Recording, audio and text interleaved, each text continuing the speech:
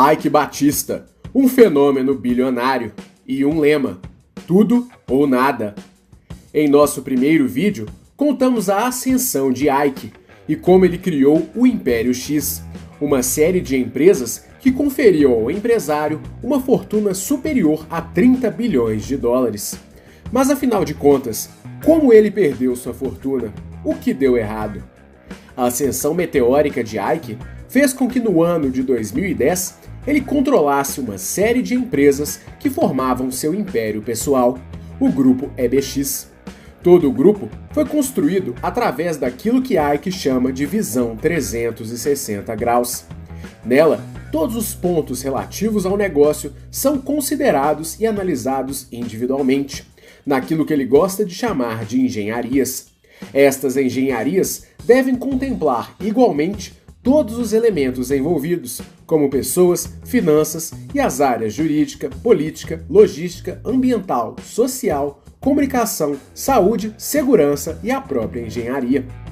Todas essas engenharias devem ser norteadas por princípios que vão fazer com que as coisas aconteçam. Dentro destes princípios estão as análises de todos os elementos humanos envolvidos e a necessidade de se dividir parte dos ganhos com os envolvidos, para que eles se mantenham sempre motivados. Além disso, tudo deve ser feito visando sempre alcançar o melhor resultado possível, naquilo que Ike gosta de chamar de estado da arte. Pensando nisso, Ike estruturou todas as suas empresas para que juntas elas funcionassem em uma espécie de sintonia, tendo ele próprio como principal maestro da orquestra. Para criar cada uma das empresas do Grupo X, o empresário utilizava praticamente o mesmo expediente. Primeiro, ele traçava um objetivo. Depois, orçava o custo da empreitada. Com o custo e o objetivo, um plano ousado era montado, sempre com o objetivo de fazer algo grandioso. E para tirá-la do papel, Ike usava uma combinação de capital próprio e capital de terceiros. Esse capital de terceiros podia vir de sócios, empréstimos bancários, investidores e, em um curto prazo, também da captação de recursos junto a investidores na Bolsa de Valores. Usando recursos mistos e apoiados na chamada visão 360 graus, as empresas do Grupo X se consolidaram como uma espécie de órbita. Por exemplo, a petroleira OGX precisaria de plataformas para operar as futuras extrações de petróleo. Então, para isso, Ike criou a OSX, uma empresa que construía plataformas e estaleiros para dar a infraestrutura necessária para a irmã OGX. Além de munir a irmã, a OSX também produzia outras estruturas para o mercado em geral, e a expectativa era que o volume de produção fosse um dos maiores do mundo em poucos anos. Já a mineradora MMX precisaria escoar aquilo que explorava, então Ike criou a LLX, sua empresa de logística, que proporcionaria a entrega e seria responsável por outros projetos, como a joia da coroa, o Superporto do Açu. Dessa forma, a grande ideia geral era que todas as empresas do Grupo X pudessem, ao mesmo tempo, funcionar sozinhas, como também integradas, numa sinergia que fazia com que as empresas pudessem ser mais valiosas e eficientes quando funcionassem plenamente. E toda essa sinergia formava a holding EBX, que dava ao seu fundador uma imagem de Midas. No começo da última década, praticamente tudo que Ike tocava virava ouro, ou na verdade, bilhão. Com essa aura de Midas, parecia não haver nenhum tipo de limite para as empresas X. Com a confiança do mercado, após ter transformado negócios de alto risco em realidade, como a mina de La Coipa e a parte da MMX, que havia sido negociada com a Anglo American por 5 bilhões de dólares, Ike era o queridinho do mercado. Durante sua ascensão, centenas de pessoas ganharam milhões de reais. Bancos, investidores, acionistas, advogados, executivos, intermediários, e ele havia levantado bilhões de dólares para suas empresas. Com esse track record, poucos ousavam duvidar das capacidades de Ike, que alcançaria a posição de 8º homem mais rico do mundo. Ike era o retrato de um Brasil que parecia dar certo.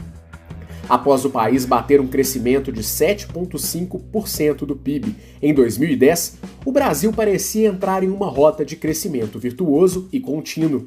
E para completar, Ike fazia parte dos empresários que receberam a alcunha de campeões nacionais.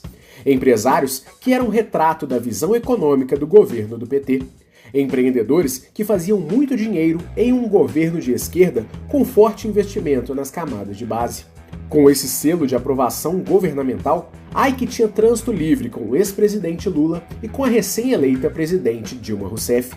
Além disso, ele tinha uma amizade consolidada com o então governador do Rio, Sérgio Cabral, então apelidado de melhor governador do Rio, e com mais uma vasta lista de políticos e autoridades do Brasil.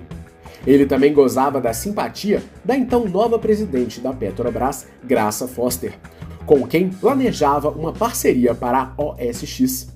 Somados, estes elementos faziam com que Ike ostentasse uma posição de prestígio máximo com todos os agentes possíveis, fazendo dele uma espécie de popstar brasileiro, com direito a show particular da cantora Madonna e uma série de bajuladores no Brasil e no mundo. Em seu auge, ele recebeu até mesmo uma homenagem do então presidente da GE, Jeff Immelt, que o chamou de um dos maiores empreendedores do mundo. A centenária GE, inclusive, investiu 300 milhões de dólares na EBX. Além disso, Ike passou a colecionar amizades entre os milionários e bilionários do mundo, até mesmo com Elon Musk da Tesla e SpaceX, que passou a ser uma enorme inspiração para o brasileiro. Com absolutamente tudo conspirando a seu favor, Ike passou a colecionar empreendimentos. Além da petroleira OGX, a MPX de energia, a LLX de logística, a OSX de indústria naval, a MMX de mineração e a REX de empreendimentos imobiliários, Ike também criou a CCX de carvão mineral, a AUX de ouro, a IMX de entretenimento e a NRX de serviços de catering. Para manter suas relações com o BNDES, ele também criou a SX, uma empresa de tecnologia que atuava em parceria com a IBM para a criação de produtos de informática. A ideia era fortalecer a indústria nacional e manter uma boa relação com os executivos do Banco Estatal de Fomento. Ainda somavam ao portfólio de Ike uma série de empreendimentos no Rio de Janeiro, onde Ike despejava uma fortuna mensal, mantendo empreendimentos voltados para a cidade, como a manutenção de unidades de polícia pacificadora, as UPPs, em algumas favelas cariocas, verbas para a despoluição da Lagoa Rodrigo de Freitas, a compra do tradicional Hotel Glória e também a aquisição da concessão da Marina da Glória, criando mais uma empresa, chamada de MGX. Além disso, ele mantinha o seu restaurante de comida chinesa, o Mr. Lam, e o iate de entretenimento Pink Fleet, que segundo ele era um grande presente para a cidade. Completando os esforços na cidade, Ike também criou um time de voleibol, o RJX, que estreou na Superliga de Vôlei em 2011, e ele também se associou à empreiteira Odebrecht para conseguir a concessão de operação do Maracanã, que seria reformado e preparado para a Copa de 2014 e para a Olimpíada de 2016. Somando as atividades tocadas integral ou parcialmente pelo Grupo X, Ike também comprou um lote significativo de ações do Burger King, quando a rede de fast food foi adquirida pelo Grupo 3G Capital em 2010. Ele também adquiriu metade dos direitos do Rock in Rio, que formavam parte do portfólio da IMX. Até mesmo o filme Heleno, que contou com a atuação de Rodrigo Santoro, teve apoio financeiro de Ike. Ele estava em todo lugar. Na mesma época, outros negócios quase foram fechados. Ike tentou, sem sucesso, criar no Brasil uma fábrica que produzisse produtos da Apple, inclusive iPhones. Na época, ele chegou até a ter uma reunião com o CEO Tim Cook, mas as conversas não avançaram. Da mesma maneira, ele chegou a sondar a possibilidade de comprar de Silvio Santos os direitos do SBT, que na ocasião enfrentava uma grave crise financeira. A operação custaria pelo menos 2,4 bilhões de reais, mas Ike acabou sendo desaconselhado por amigos e desistiu efetivamente após uma conversa com um dos herdeiros da Rede Globo. Até mesmo uma operação de compra de uma fatia majoritária da Vale foi planejada, porém as conversas não avançaram, principalmente por conta do sucesso do então CEO da empresa, Roger Agnelli, que desempenhava uma excelente gestão na companhia para deleite dos acionistas. Além do sucesso do CEO, ele e Ike eram desafetos públicos e a negociação não evoluiu. Em meio a todo este império bilionário, o ego de Ike se tornava cada vez maior. Eram comuns fotos do empresário em revistas de todo o mundo ostentando seus feitos, conquistas e bens. Dentre as posses mais famosas estavam uma frota com 6 aeronaves, um luxuosíssimo iate particular Gulfstream e um supercarro que fazia parte da decoração de sua mansão no Jardim Botânico, no Rio de Janeiro. Uma raríssima Mercedes SLR McLaren com a placa personalizada EIK 0063. Além dos bens, o empresário lançou um livro em parceria com o jornalista Roberto Dávila, chamado de O X da Questão. A obra se tornou um best-seller em todo o Brasil e conta parte da trajetória empresarial de Ike, reunindo uma série de dicas para empreendedores e uma explicação detalhada de seu método Visão 360 graus. Dávila havia se tornado amigo de Ike, sendo uma espécie de porta-voz do empresário. A relação havia começado por conta da proximidade do jornalista com o ex-presidente Lula. Além de ponte com o governo, Dávila escreveu o livro do empresário e trabalhou nas filmagens de um documentário sobre a vida de Ike, mas que nunca ficou pronto. Diante de todos esses elementos, aos poucos Ike se cercava em uma espécie de bolha. Na prática, era como se ele e os executivos do Grupo X tivessem todas as respostas para todos os problemas. Para a montagem das equipes do grupo, Ike não mediu esforços em nenhuma etapa quando o assunto foi captação de talentos. A título de exemplo, a OGX começou contando praticamente com um time montado somente por ex-executivos da Petrobras e de outras petroleiras mundo afora. Para isso, ele oferecia salários bem acima da média do mercado e uma política agressiva de bonificação com o recebimento de lotes de ações que passariam a valer milhões de reais em poucos meses. Desse modo, Ike formou uma espécie de Dream Team de profissionais de cada uma das áreas e setores que suas empresas atuavam. Dentro deste supergrupo de profissionais, Ike havia escalado o ex-Petrobras Rodolfo Landim como executivo principal de sua holding. Landim foi responsável por boa parte do sucesso repentino das empresas do Grupo X, cumprindo uma série de papéis dentro das empresas. A afinidade de Ike e Landim foi tão grande que em dezembro de 2006, Ike redigiu à mão um bilhete em que declarava que daria 1% da holding EBX para Landim por conta de seus serviços prestados. Na mensagem, Ike também afirmava que o executivo faria parte do grupo de cavaleiros da Távola do Sol Eterno, em referência ao Sol que é a marca do grupo.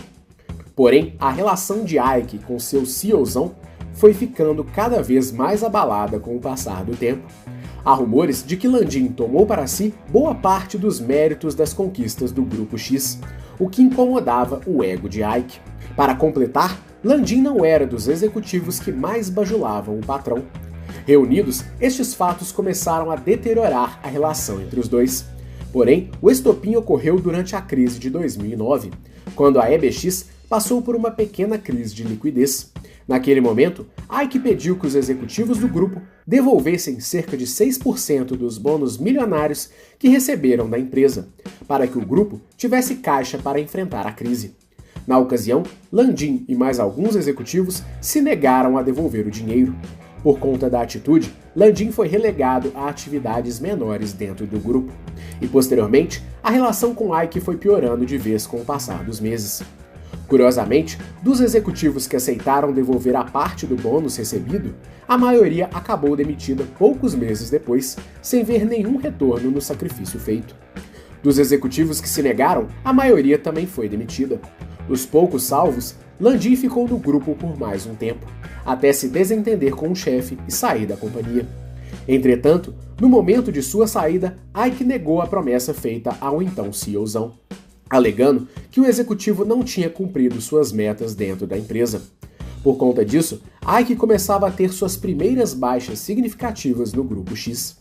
Além da saída de Landim, o ex-executivo do grupo, e então um dos principais nomes, ingressou com um processo contra a EBX em setembro de 2010, exigindo a parte prometida. No final de 2012, Landim teve o pedido aceito pelo Tribunal de Justiça do Rio, mas o processo segue em fase recursal. Sem seu principal executivo, Ike começou a se cercar de membros que alimentavam seu ego. Entre eles, se destacava o executivo da OGX, Paulo Mendonça, conhecido como Dr. Oil. Mendonça era o geólogo principal da empresa e o responsável pelas projeções extremamente otimistas da empresa, que prometia entregar cerca de 20 mil barris de petróleo por dia, logo nos primeiros meses da operação da petroleira. Sempre pronto para agradar o chefe, Mendonça se tornou um dos preferidos de Ike, a quem chamava de Mr. Batista, em retribuição ao apelido de Dr. Oil.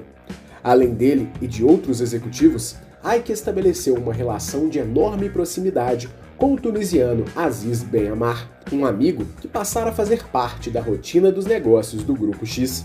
Em tese, Aziz era de uma família milionária da Tunísia e seria uma ponte do grupo com investidores internacionais. Porém, na prática, Aziz era um grande companheiro de festas de Ike e chegou a ser apelidado pelos colegas como executivo-chefe de entretenimento do patrão. Cercado de pessoas que o exaltavam, Ike não economizava na distribuição de bônus e mimos para seus comandados. Além dos altos salários, os executivos tinham uma série de mimos, como carros blindados, acesso a vinhos caros, voos em classes executivas e uma cota de gastos quase ilimitada durante as viagens de negócio. Completando o rol de despesas do grupo com o pessoal, Ike decidiu integrar o amigo tunisiano aos quadros da empresa, pagando um ótimo salário ao amigo e também arcando com o aluguel de uma luxuosa cobertura em um ponto nobre do Rio. Até mesmo a namorada Flávia Sampaio fazia parte dos quadros do grupo, recebendo uma espécie de bolsa mensal do grupo por serviços de advocacia de pequena complexidade. Além do salário fixo, Ike chegou a criar uma clínica de estética para a namorada. Porém, o empreendimento só durou 1 ano e 3 meses, custando 15 milhões de reais do bolso do empresário. Por fim, além de despesas elevadas com o pessoal, o Grupo X também decidiu se estabelecer em um novo ponto. Após operar durante anos em um imóvel no Flamengo, o grupo se deslocou para o edifício Serrador, um ponto tradicional no centro do Rio. O prédio de 23 andares seria todo alugado para a holding e ofereceria amplos escritórios para todas as empresas do grupo, acomodando todos os projetos em um único lugar. Ainda assim, o grupo gastou milhões de reais para reformar o imóvel, incluindo uma imponente fachada de vidro. Com gastos cada vez maiores, o Grupo X atingiu seu ápice no ano de 2012, em um momento em que a revista Forbes reconheceu Ike como o 7º homem mais rico do mundo, com uma fortuna de 30 bilhões de dólares. Para completar, Ike se tornou garoto propaganda do governo federal e do governo do Rio de Janeiro. E o auge desta relação ocorreu quando Ike posou ao lado de Dilma e Sérgio Cabral no Porto do Açu. Na ocasião, a OGX começava a entregar seus primeiros barris de petróleo para o mercado, e a presidente recebeu uma pipeta com o óleo da empresa em sua homenagem. Além disso, Ike recebeu a chancela definitiva do ex-presidente Lula, que o chamou de visionário. Porém, após alcançar o auge em todos os seus objetivos, Ike e o Império X começavam a sofrer uma série de problemas consecutivos. Primeiro, na vida pessoal, o filho mais velho de Ike, Thor Batista, se envolveu em um acidente de trânsito em janeiro de 2012, em que ele atropelou e matou um ciclista em uma rodovia em Petrópolis. O laudo da polícia atestou que Thor havia excedido a velocidade da via durante uma ultrapassagem, e após esse movimento, ele teria retornado à pista correta e então atropelado o ciclista que havia invadido a pista. Porém, após o acidente, Thor deixou o local em um dos carros de sua segurança pessoal, retornando ao local após alguns minutos por ordem do advogado da família. O ciclista estava com uma sacola com latas de cerveja no guidão da bicicleta, e após um laudo feito pela polícia, foi constatado que a vítima estava alcoolizada. Durante o acidente, Thor dirigia a Mercedes SLR, que decorava a sala principal da mansão de Ike. O carro foi praticamente destruído, e Thor processado pelo acidente. sendo absolvido somente em 2015. Ainda que a polícia atestasse que a vítima tinha concorrido para a tragédia, a imagem de Ike ficou bastante afetada com o ocorrido. Inevitavelmente, surgiram suspeitas acerca do evento fatal que envolvia o filho do homem mais rico do Brasil, inclusive ilações de que Thor não seria punido por ser filho de Ike. A partir dali, uma série de eventos passaram a tirar o sossego do empresário. Para capitalizar as empresas X, Ike tomou uma série de empréstimos dos mais variados tipos. Além de se capitalizar com bancos, o empresário cedeu algumas participações das empresas X para investidores de todo o mundo, entre eles o Mubadala, fundo soberano de Abu Dhabi. O fundo adquiriu parte do grupo EBX em circunstâncias pouco esclarecidas na época. Oficialmente, foi anunciado que o fundo teria pago 2 bilhões de dólares por uma fatia da holding, então avaliada em 35 bilhões de dólares. Porém, o que não foi dito é que, além da compra, o fundo teria aportado uma quantia a título de empréstimo, que poderia sufocar o grupo se ele não entregasse a performance prometida. Boa parte desta capitalização previa o vencimento dos débitos em um curto período de tempo, e em alguns casos, o não pagamento das obrigações poderia significar a entrega de mais uma participação dos empreendimentos para os credores. Ainda assim, os investidores não assustavam Ike inicialmente, que confiava que sua equipe seria capaz de entregar os projetos no tempo combinado. Porém, ainda que tivesse uma grande confiança, Ike percebeu que o caixa das empresas X estava combalido. Além dos planos extremamente ousados, Ike gastou boa parte do caixa do grupo adquirindo novos ativos, criando novas empresas ou gerando novas despesas para a holding. Para completar, a petroleira OGX começou a apresentar resultados diferentes do esperado. Enquanto a empresa planejava entregar cerca de 20 mil barris por dia ainda naquele ano, a realidade começava a se apresentar de uma maneira bem diferente, e os números começavam a assustar os operadores. Paulo Mendonça, o encarregado pela operação, ganhava mais prestígio com Ike, a ponto de se tornar o CEO da OGX. Para o geólogo, estava tudo sob controle, e era apenas uma questão de tempo até que a petroleira cumprisse o prometido. Porém, o mercado começou a duvidar das projeções da empresa, boas demais para serem verdade, ao ter contato com as primeiras informações acerca da produção da OGX. Ainda assim, Ike, que passou a utilizar o Twitter como canal primário de comunicação com o público, disse que se havia prometido, iria entregar.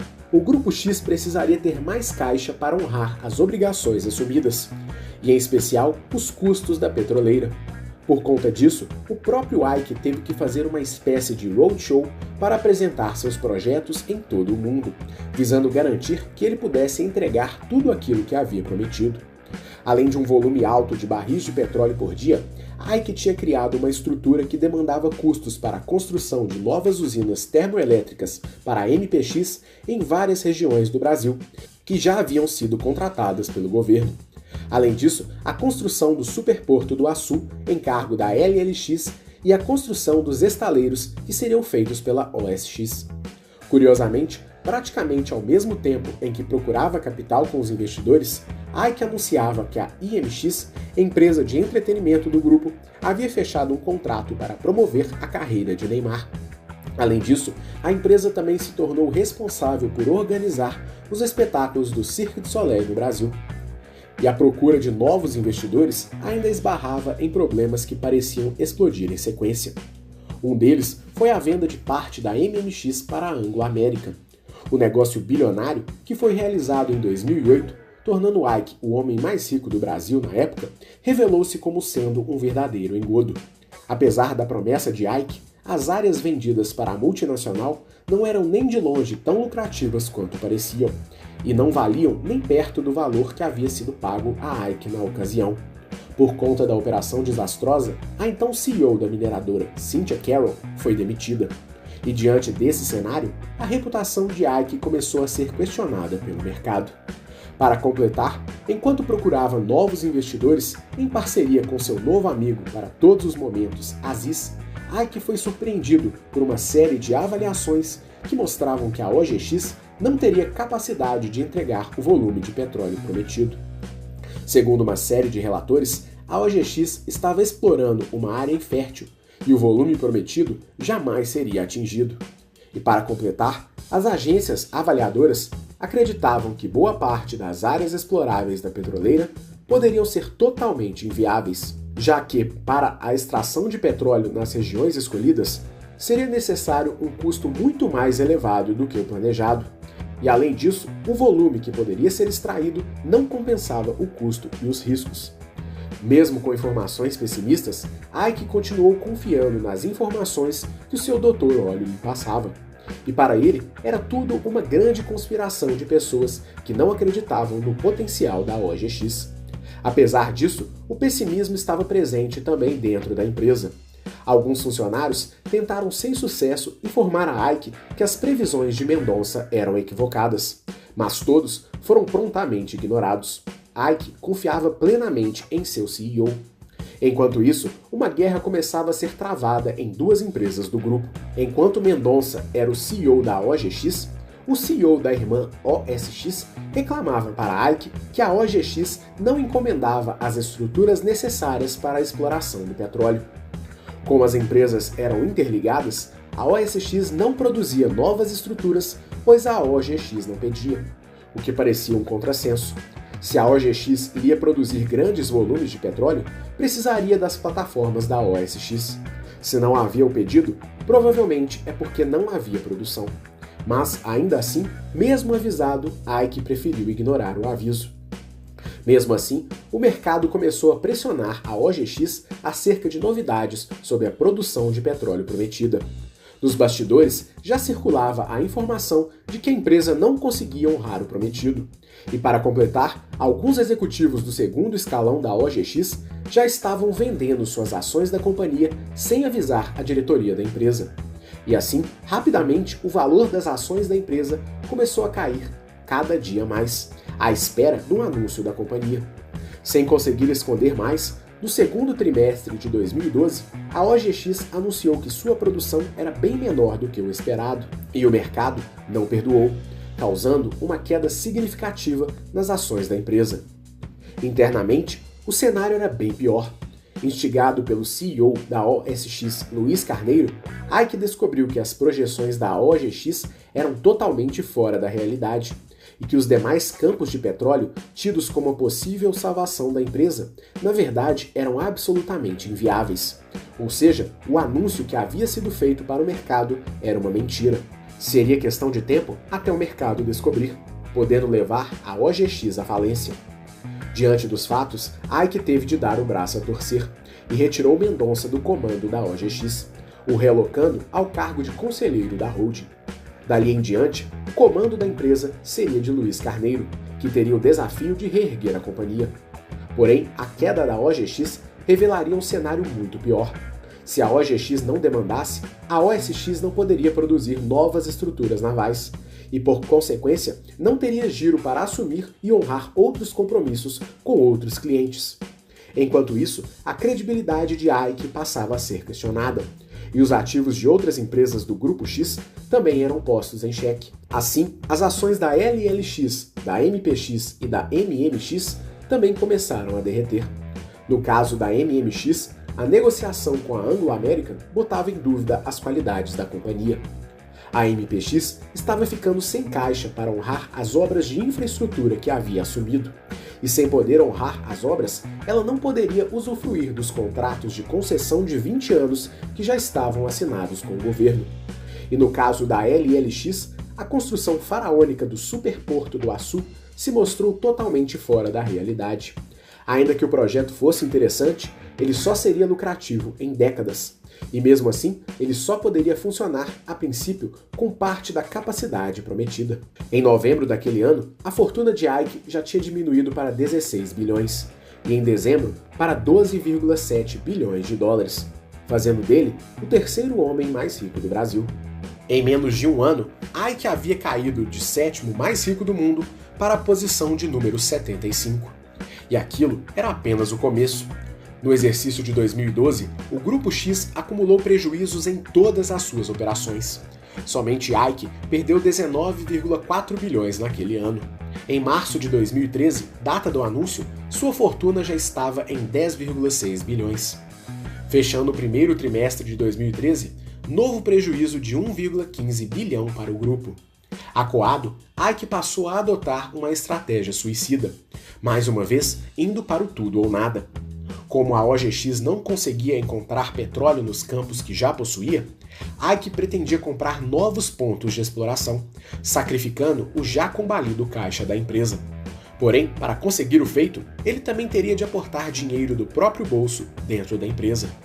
Além de novos investimentos, ele também iria recomprar algumas ações das empresas X, na esperança de que o mercado reagisse bem à sua medida. Com poucas opções, a estratégia era basicamente queimar o caixa do grupo e da fortuna pessoal para que ele salvasse a OGX. Mesmo assim, a estratégia não funcionou. E Ike prometeu aportar 1 bilhão de sua própria fortuna na empresa, em uma operação chamada Put. Porém, a promessa feita para o CEO da OGX foi apenas de boca, e Ike teria que assinar um documento informando ao mercado a operação. Contando com a operação, Luiz Carneiro, CEO da OGX, tentou acalmar os investidores com a possibilidade de Ike aportar mais capital para salvar a empresa. Apesar da promessa, o grande problema era que a fortuna de Ike estava amplamente comprometida. Além do rombo na OGX, as demais empresas também tinham empréstimos a vencer, e Ike teria que escolher entre quitar algumas dívidas ou tentar salvar a OGX. Na tentativa de estancar a sangria, Ike tinha que apagar também o fogo na CCX, sua empresa de carvão. A empresa, que teve seu capital aberto na bolsa, também sofria com problemas de falta de caixa para tocar as operações. Inicialmente, Ike planejava recomprar as ações da empresa que haviam sido vendidas na bolsa, e então fechar o capital da companhia. Porém, após uma operação fracassada, ele não conseguiu levantar o capital suficiente para a operação. Quando o mercado soube do plano fracassado, as ações da empresa caíram 37% em apenas um único dia. Desesperado, Ike acionou todos os seus contatos. Internacionalmente, ele contava com a capacidade de negociação de seus executivos para tentar levantar novos aportes de grupos estrangeiros. Porém, um dos enviados era o tunisiano Aziz, que, segundo relatos, acabava atrapalhando boa parte das negociações do grupo. No Brasil, Ike tentou a todo custo uma série de financiamentos junto ao BNDES, ou pelo menos que o banco adquirisse uma participação nos negócios do Grupo X através de seu braço de investimentos em empresas, o BNDES Par. Após uma série de conversas com o então ministro Fernando Pimentel, Ike tentou conseguir se financiar através do Banco de Fomento. Porém, após as negociações terem vazado para a imprensa, o empresário começou a ser acusado de favorecimento estatal, e o então ministro foi acusado de praticar lobby em prol do empresário. Por conta disso, a negociação com o BNDES foi suspensa. Ainda que a presidente Dilma e o ex-presidente Lula quisessem ajudar Ike, o BNDES não conseguia financiar mais os projetos do empresário, dado a uma ausência de caixa da instituição, que precisaria começar também a socorrer a economia nacional. Para piorar a situação, o BNDES e o governo sofriam com os protestos de rua que tomavam as principais capitais do Brasil. Curiosamente, durante os protestos, um dos prédios que mais sofreram depredação dos manifestantes foi o edifício Serrador, no centro do Rio. A sede do Grupo X, que era totalmente envidraçada, foi totalmente vandalizada. Apesar da negativa, estima-se que o grupo EBX recebeu cerca de 10 bilhões de reais do banco em apenas 8 anos. Além dos aportes do BNDES, o Fundo de Pensões do Banco do Brasil, a Previ, também tinha investido grandes quantias em ações do grupo EBX. Estima-se que em 2012, quando o fundo vendeu suas ações, ele tenha realizado o prejuízo de cerca de 18 milhões de reais. Enquanto isso, as ações das empresas do grupo passaram a derreter, e em poucos meses as ações da OGX passaram a valer centavos. Sem ter a quem recorrer, só restava o nome de um antigo desafeto, o banqueiro André Esteves. O banqueiro, um dos donos do banco BTG Pactual, era um antigo inimigo de Ike. Segundo rumores, Esteves havia ganhado muito dinheiro apostando alto contra Ike. Em uma série de operações conhecidas como shorts, Esteves teria apostado na derrocada do Império X, e em especial da OGX. Ainda assim, o banqueiro era considerado extremamente poderoso, e em um período de cerca de 10 anos, foi de estagiário para presidente e depois dono do banco em que trabalhava. Com ótima relação com o governo do PT e com o ex-presidente Lula, André Esteves era o último nome que Ike poderia recorrer, e caberia ao Banco BTG a tentativa de salvar o Império X. Para salvar a holding, o banco se comprometeu a sanear as despesas das empresas e também a realizar uma série de aportes financeiros em troca de participação nas empresas. Sem saída, Ike aceitou a ajuda de Esteves, mesmo sabendo que boa parte de sua participação no grupo seria destinada ao banco. De cara, o projeto do banco era tentar reerguer o grupo, mas com a condição de que Ike fosse afastado de uma série de operações do dia a dia. Para muitos, Esteves iria simplesmente depenar os ativos do grupo e sair ganhando, pouco se importando com a continuidade das empresas. E aos poucos, Esteves fez uma série de negociações para salvar o grupo e também para manter o capital investido pelo banco. As negociações tinham duas frentes. Primeiro, era preciso tentar quitar as dívidas das empresas com bancos, fundos e investidores. Depois, era preciso ver se as empresas eram viáveis para o grupo ou se deveriam ser vendidas ou entregues para credores. Após uma análise rigorosa, o banco percebeu que a MPX não tinha condições de prosseguir dentro da estrutura X e que deveria ser repassada para os investidores alemães da E.ON, que detinham a segunda maior cota da empresa. Pelo acordo, Ike cederia parte de suas ações e se tornaria acionista minoritário da empresa. Além disso, a empresa ganharia um novo nome, Eneva. Oficialmente, o nome quer dizer energia nova. Porém, o mercado financeiro preferiu chamar de Ike Never Again, em inglês Ike Nunca Mais. Pouco tempo depois, foi a vez da LLX e, por consequência, do Superporto do Açu também serem vendidos. Após uma dura negociação, a LLX foi vendida para o fundo americano EIG, que assumiu as dívidas e conseguiu uma linha de crédito junto a outros bancos para tocar a operação e renegociar as dívidas com o BNDES. Dali em diante, a empresa também mudaria de nome e se chamaria Prumo. Enquanto isso, o plano de recuperação com o banco BTG exigiria um sacrifício imenso do patrimônio de Ike. Além dele ter de se desfazer de boa parte de seus bens, o empresário teve de honrar uma série de empréstimos feitos pela empresa, o que faria com que seu patrimônio pessoal em junho de 2013 ficasse entre 1 e 2 bilhões de dólares. Porém, assustado com o desenrolar da situação, Ike passou alguns bens, como sua residência e uma casa em Angra dos Reis, para o nome dos filhos. Um mês depois, com uma série de dívidas em seu nome, a revista Bloomberg anunciou que o empresário tinha compromissos na ordem de 2 bilhões de dólares, o que faria com que o seu patrimônio líquido, na verdade, fosse de 200 milhões de dólares.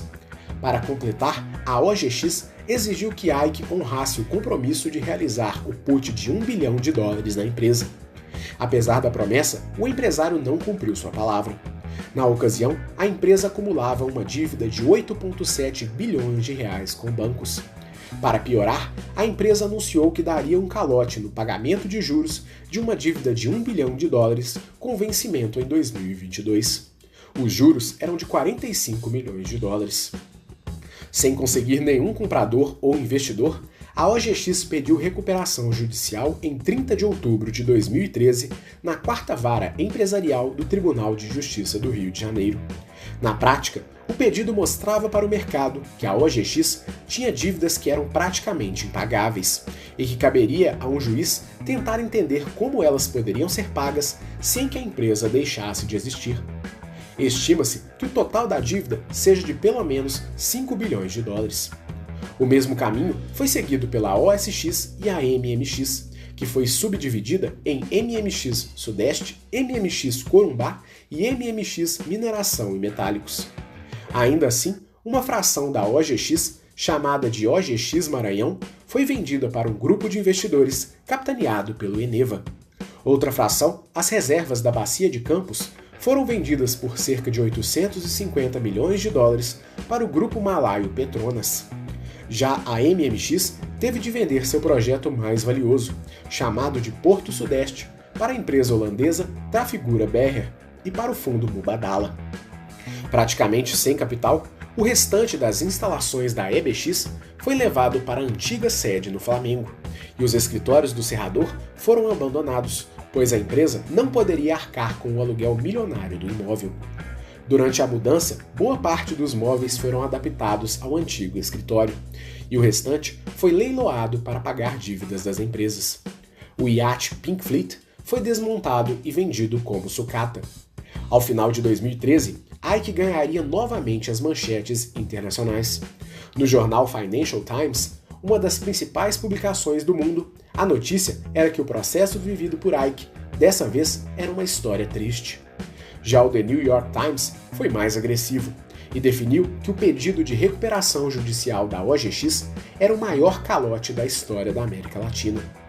Nos anos seguintes, Ike ainda viu a AUX se transformar em Minesa, sendo também incorporada pelo fundo Mubadala.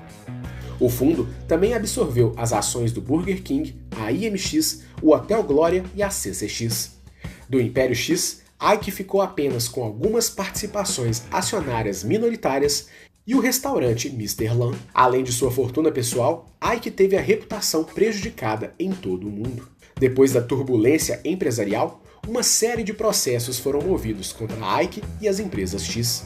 Além de acionistas que se sentiram prejudicados por suas decisões, ele também é acusado de crimes como informação privilegiada, fraude, manipulação do mercado e corrupção. A Comissão de Valores Mobiliários também moveu processo e condenou Ike por condutas na MPX, LLX, CCX e OGX. Nos processos, ele foi condenado a pagamento de multa.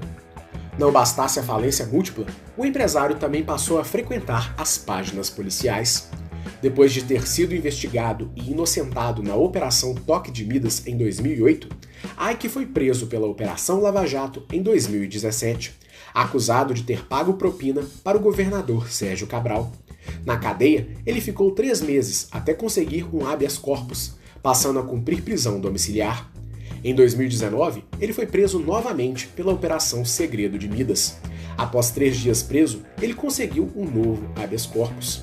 Em setembro do mesmo ano, ele foi condenado, em primeira instância, a 8 anos e 7 meses de cadeia por manipulação de ações da OSX em 2013 com o uso de informação privilegiada.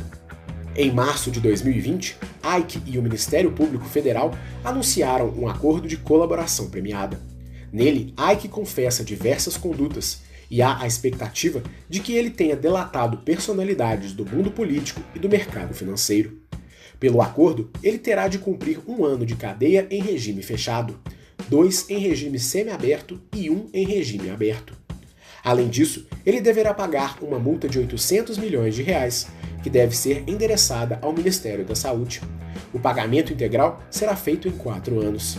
Uma entrada de 116 milhões será usada durante a presente crise.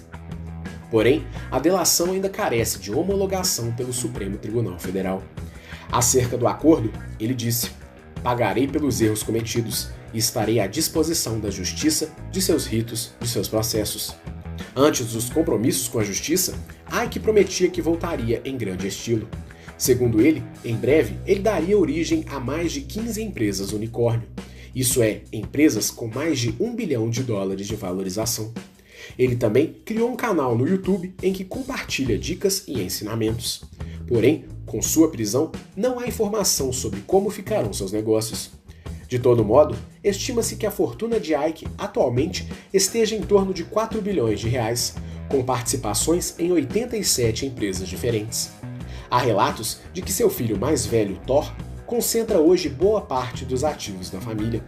Estima-se que ele possui uma fortuna de mais de R$1 bilhão, fruto de uma série de participações em cerca de 27 empresas dos mais variados ramos. Inclusive, recentemente, Thor sofreu um bloqueio judicial de mais de R$700 milhões em um processo em que o pai é réu, sob a acusação de que o dinheiro de Thor, na verdade, é patrimônio oculto de Ike. Segundo o empresário, ele poderia ter fugido do país e permanecido na Europa, mas preferiu continuar no Brasil e ainda tem todos os seus empreendimentos no país. E apesar de ser um dos alvos da Lava Jato, Ike já revelou que admira a operação e que vai pagar por seus erros. De forma melancólica, o Império X foi extinto. Para Ike, boa parte dos problemas se deram pelo excesso de confiança que teve no geólogo da OGX. Curiosamente, a mesma alegação que ele teve quando foi desligado da TVX nos anos 90. Na época, ele alegou que confiou cegamente em geólogos que prometeram minas de alto rendimento em regiões como a Rússia, a República Tcheca e a Grécia. Já para o mercado, no final sobrou a piada de que somente 2 pessoas ganharam dinheiro com o PowerPoint: Bill Gates, que o inventou, e Ike Batista, que usou apresentações de sonhos ousados, mas que não foram entregues.